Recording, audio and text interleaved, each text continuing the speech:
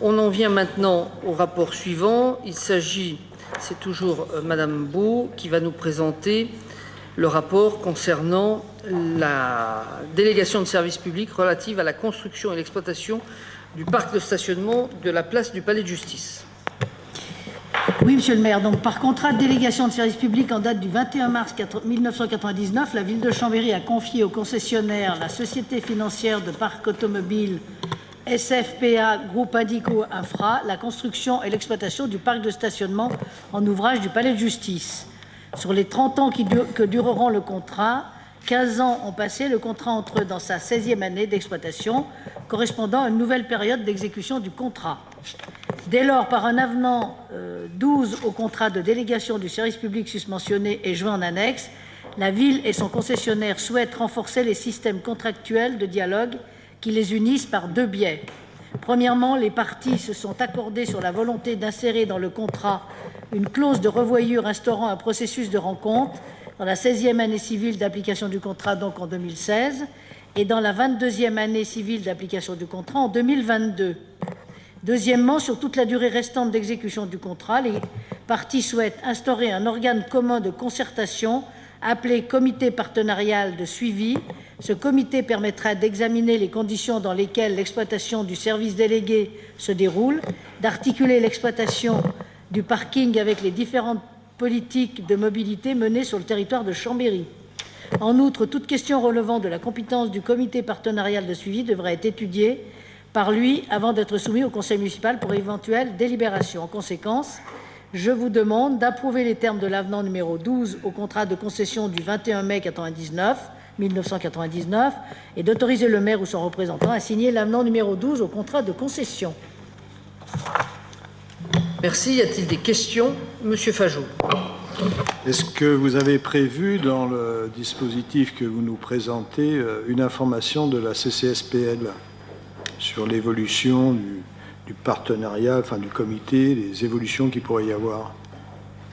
Je s'y oppose, Monsieur Fajot, il n'y a pas de problème, on peut effectivement leur présenter. Je pense que la volonté, vous l'avez bien comprise.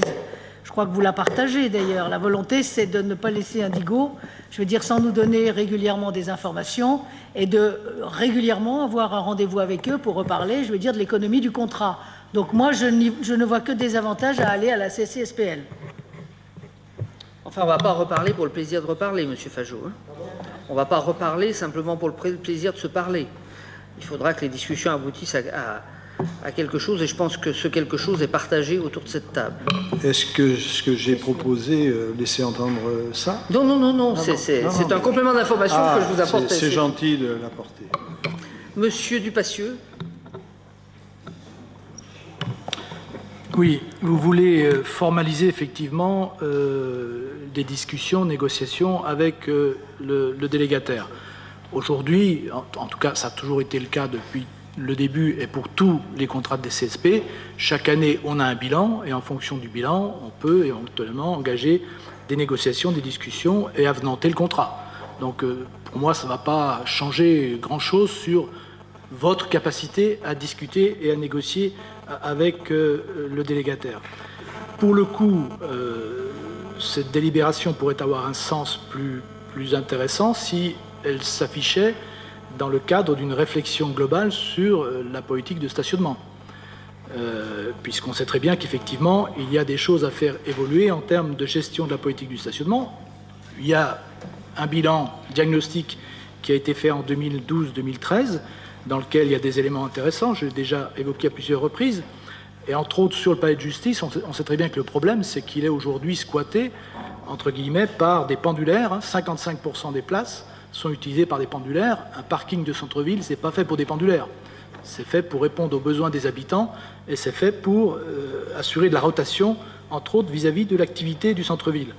Et donc, ce serait bien qu'on sache un petit peu, assez rapidement, ce que vous comptez faire en termes de politique de stationnement, et ça pourrait donner du sens, effectivement, à cette structure. Mais encore une fois, ce que fera la structure, vous pouvez le faire déjà dès maintenant.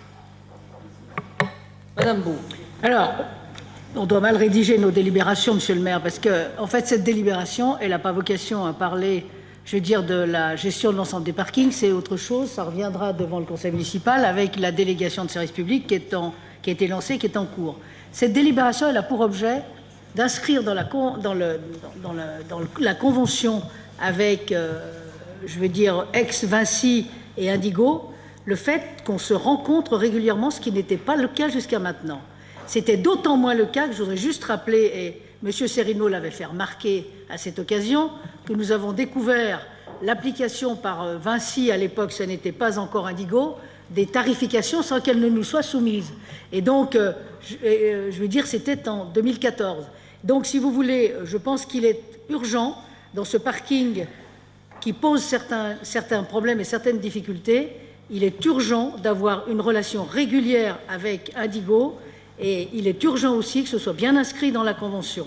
Voilà, c'est l'objet de cette délibération, et ça n'est que ça l'objet, c'est vraiment de l'inscrire dans la Convention, parce que jusqu'à maintenant, ce n'est pas exactement ce qui se passe, et ce qui, moi, à mon grand regret, parce que je pense qu'une délégation de service public, effectivement, elle se contrôle régulièrement pour savoir ce qui s'y passe. Aujourd'hui, je pense que cette délibération et la négociation, parce qu'il a fallu négocier avec Indigo, qui ne nous a pas expliqué ce que vous venez de nous expliquer.